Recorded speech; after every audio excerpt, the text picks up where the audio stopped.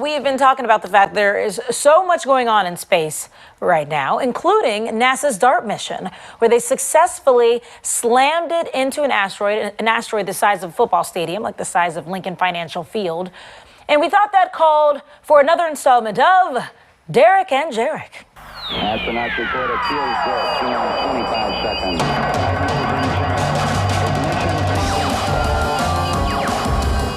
Oh, good Lord. Here we go. Great. Hi, Derrick. What's up, Mike? Good to see you. Good to see you too, man. So they did it. Yeah, we did. Hit it right on target. Boom. So it was called DART, this little thing. It took off, what, 10 months ago? It left Earth 10 months ago, looped around the sun, and headed out 7 million miles to reach Dimorphos. And hit it. Yeah, it did. Size of about Lincoln Financial Field, something like that. Yeah, about that size. A direct hit. Spacecraft is about the size of a refrigerator. So that's some really great target shooting at 7 million miles. What was the point? The point was to run a test to see if we could figure out a system that we might be able to use in the future to protect Earth from asteroid hits. Yeah, the idea is if you hit the asteroid with something, maybe you can slow it down, and that slowdown will slightly push it off course. How fast is it moving? The asteroid itself? Yeah. Well, the asteroid itself, it depends which one it is, Sure. which way it's moving. This one was in orbit around another one. Okay. We really were just using that as a test. It wasn't coming toward us, so we didn't have to worry about that. You know, conspiracy theorist. So we ran a go vote today. I don't know if you can bring that up, Leanna. What did that say? Some people were talking over the last couple of days. Maybe this was real, and the government didn't want us to get all panicky and freak out over it, and so it was real, and we averted disaster. Yeah, no. But look at the vote here.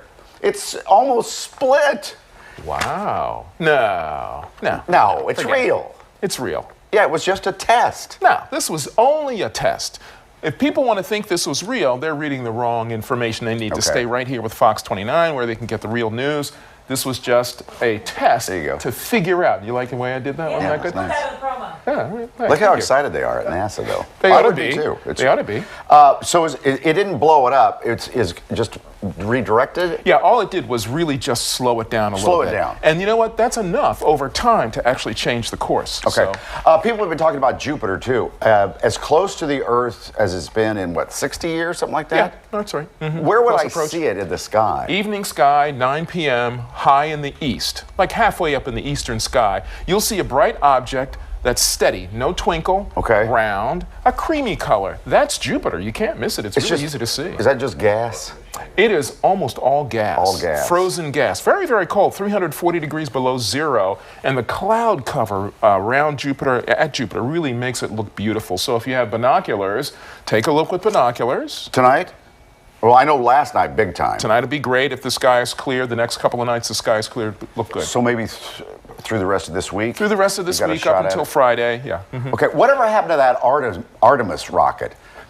Well, where Artemis, is it? I mean, it's still on the ground. Artemis is going to be affected by the hurricane. So what happened was it was due to launch maybe on Tuesday of this week, today or tomorrow. Today or tomorrow. And what they decided to do was to move it back to the vertical assembly building to protect it against the winds and the rain that are going to come. You don't want it to get wet before it takes off. So. And then the other night, this is over the weekend, Karen Happ, who works with us, her boys were out in the yard and they saw something that looked like that. People thought it was a comet. Ooh, what was it really? That does look like a comet. That would be a great image for that. This is actually the exhaust plume from a SpaceX rocket taking off from Florida, heading up the east coast of the United States, taking a batch of Starlink satellites out to be deployed in orbit around the Earth. How many satellites are floating around in space? It's got to be, well, thousands and thousands. You ready for this? There are at least 20,000 radar identifiable targets in orbit around the planet.